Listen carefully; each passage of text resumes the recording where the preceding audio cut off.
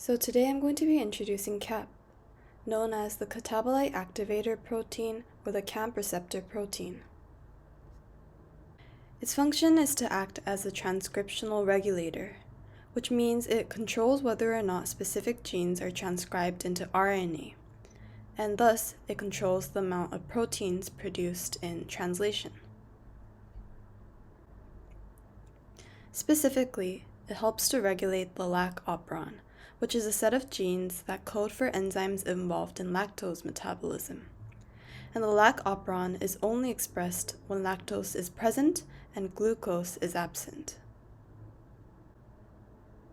So how exactly does it regulate the lac operon?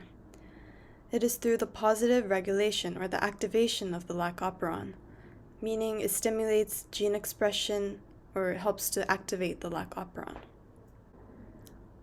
Why does the lac operon need to be regulated? Well, focusing on E. coli, they can use lactose as a food source, but it is more energetically favorable to metabolize glucose. So when glucose is available, the cell doesn't want to waste energy making enzymes to metabolize lactose. This means that it is important for cells to regulate lac operon expression by factoring in both glucose availability and lactose availability. So how can CAP factor these in to regulate lac operon expression?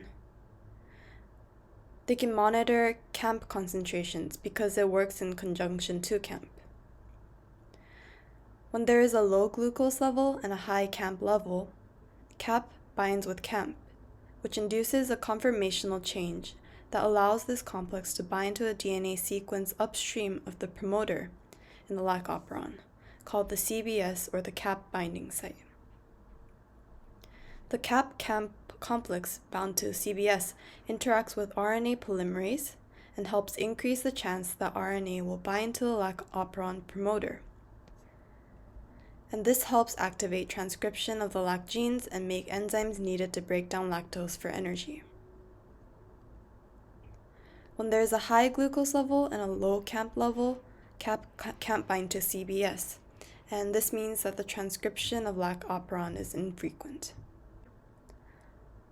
Altogether, CAP is an important protein in regulating lactose metabolism in E. coli and other similar prokaryotes.